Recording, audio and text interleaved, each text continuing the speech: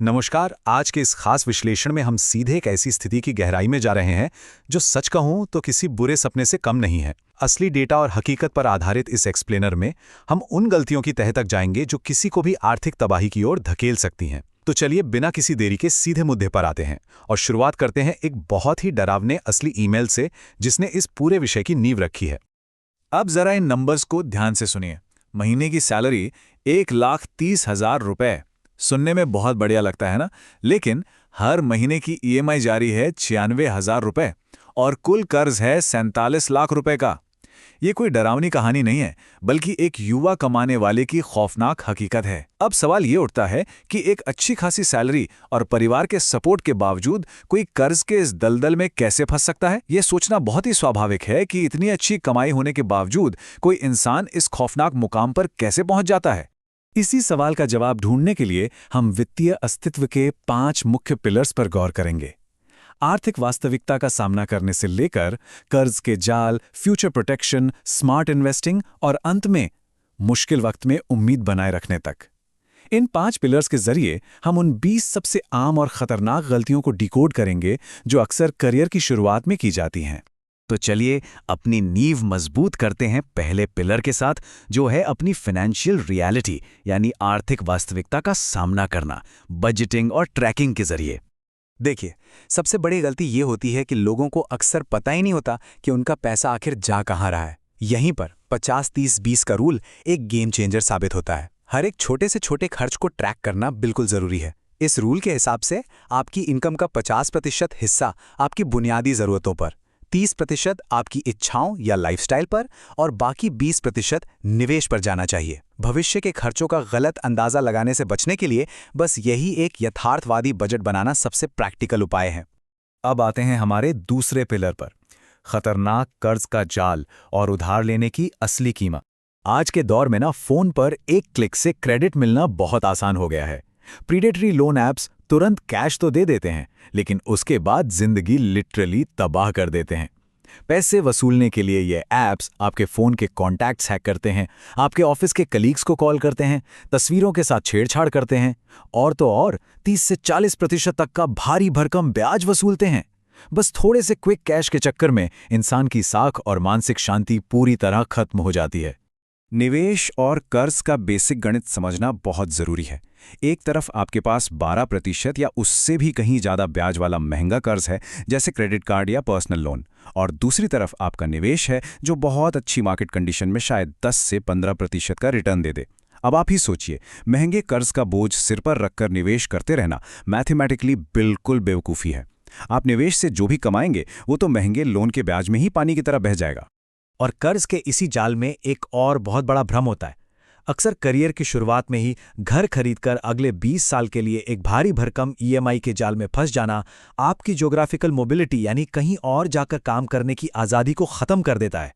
जब तक आपकी ज़िंदगी के प्लान्स पूरी तरह से सेट ना हो जाएं, आप किस शहर में रहेंगे ये तय ना हो जाए, तब तक इतना बड़ा आर्थिक बोझ उठाना क्या वाकई समझदारी है? ये आपकी फाइनेंशियल लिक्विडिटी को पूरी तरह ब्लॉक कर देता है।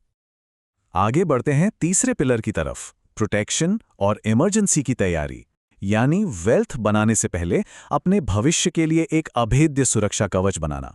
6 महीने ये कोई मामूली सुझाव नहीं है, बल्कि एक ऐसा रूल है जिस पर कोई समझौता नहीं हो सकता।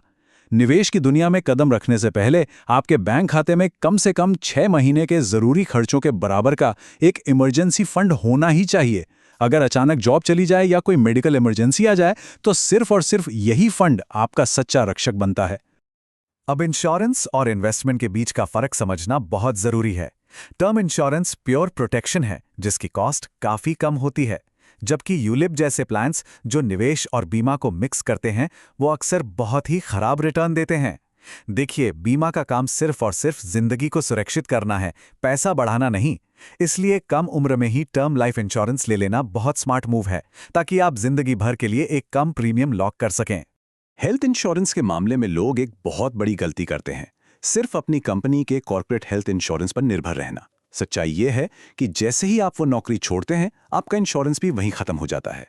और सबसे बड़ी दिक्कत यह है कि जब आप बाद में नई पॉलिसी लेते हैं तो पहले से मौजूद बीमारियों यानी प्री एग्जिस्टिंग डिजीज का वेटिंग पीरियड फिर से 0 से शुरू हो जाता है।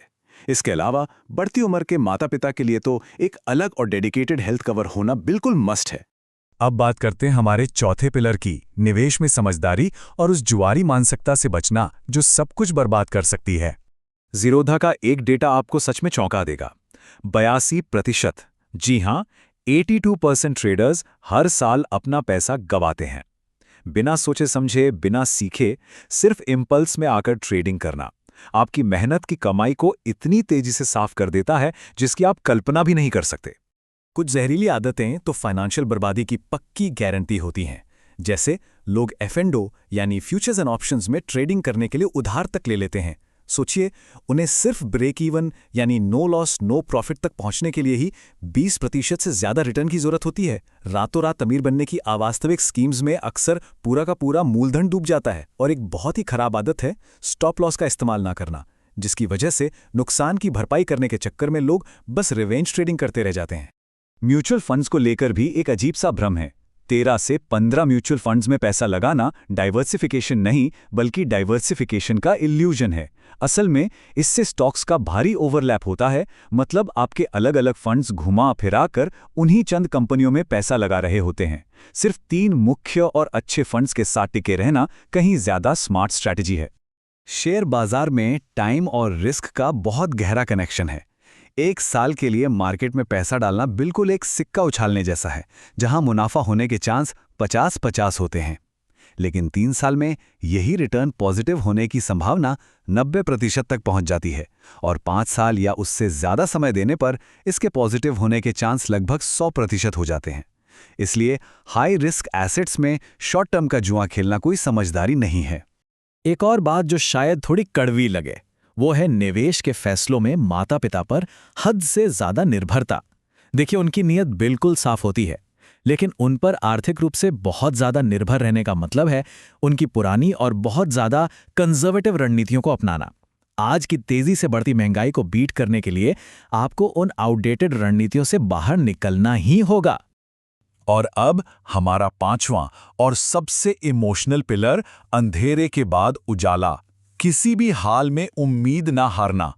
देखिए, जब कोई भारी कर्ज में डूबता है तो उसका साइकोलॉजिकल असर इंसान को अंदर से तोड़ सकता है।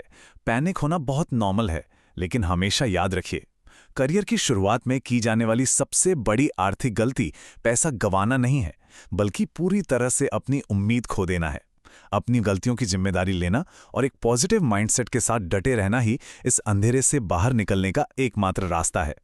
इसे एक असल जिंदगी की कहानी से समझते हैं। 26 साल की उम्र और सिर पर 35 लाख रुपए का भारी भरकम एजुकेशन और बिजनेस लोन। घबराने या उम्मीद छोड़ने के बजाय धैर्य के साथ काम लिया गया। पूरे 12 साल के लंबे संघर्ष के बाद 38 साल की उम्र में वो सारे लोन चुका दिए गए और आज वहां कंप्लीट फाइनेंशियल सिक्योरिटी है। ये कहानी साबित करती है कि कोई भी बुरा वक्त हमेशा के लिए नहीं रहता। तो इस पूरे विश्लेषण के बाद एक बहुत ही गहरा सवाल हमारे सामने आता है, क्या आने वाले दशक को आपका मजबूत फाइनेंशियल डिसिप्लिन तय करेगा या फिर कर्ज का पैनिक आपके भविष्य पर हावी हो जाएगा?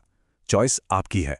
ये हम सब पर निर्भर करता है कि हम इन बेसिक पिलर्स को कितनी जल्दी समझते हैं और अपनी जिंदगी में उतारते हैं। इस आर्थिक ढांचे को इतनी गहराई से समझने के लिए हमारे साथ जुड़ने के लिए आपका बहुत बहुत शुक्रिया। मिलते हैं अगले विश्लेषण में।